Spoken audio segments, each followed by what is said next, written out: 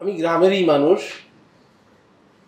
গ্রামে কিছু কথা আছে, কিছু জিনিস অতি কষ্টের রীতিটা হয়ে যায়।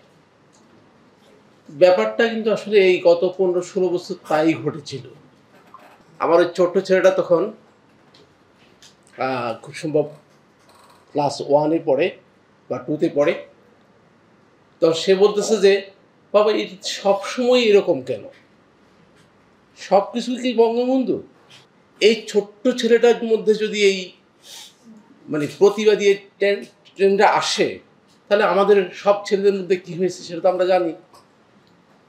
২০১৮ সালে যখন আপনার প্রথম ওই যে আন্দোলনটা শুরু হয়, আমি তখন বিজ্ঞান কলেজে ছিলাম।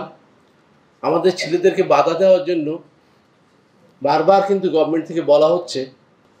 আসলে এই প্রজন্ম তো তখন থেকেই তো এই যারা আন্দোলন করছে ওই প্রজন্মটাই কিন্তু করছে। আমাদের এই ছাত্রদের বা আন্দোলনকারী যারা ছিল তাদের ঘটনাটার থেকেও তাদের মূল উদ্দেশ্যটা, তাদের ইচ্ছাটা কি ছিল, তারা কি চাচ্ছে আমাদের কাছে, আমাদের বড়দের কাছে কি চাচ্ছে, ভবিষ্যতে তারা কি ধরনের দেশ দেখতে চায়, সেই জন্যই তাদের আন্দোলনটা, ঘটনাটা তার অনুষঙ্গ হিসেবে আসছে। আমি আশা করতেছি যে মায়ের চিঠি আনাসের মায়ের আনাসের আসলে আনাসের চিঠিটা শোনার পরে ওর যে লেখা, এটা অবশ্যই আসা উচিত। এবং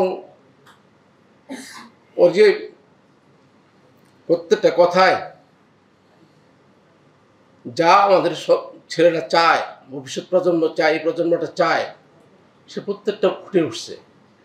এই ধরনের লেখা অবশ্যই ছেলেদেরকে, ভবিষ্যৎ প্রজন্মকে উজ্জীবিত করবে এবং তাদেরকে সত্যিকার মানুষ হতে সাহায্য করবে। আমি এই আশা রেখে এবং অতি কসলানো যেন না হয় কোনো কিছুই, সে আশা ব্যক্ত করে আমরা বক্তব্য শেষ করছি। আল্লাহ হাফেজ।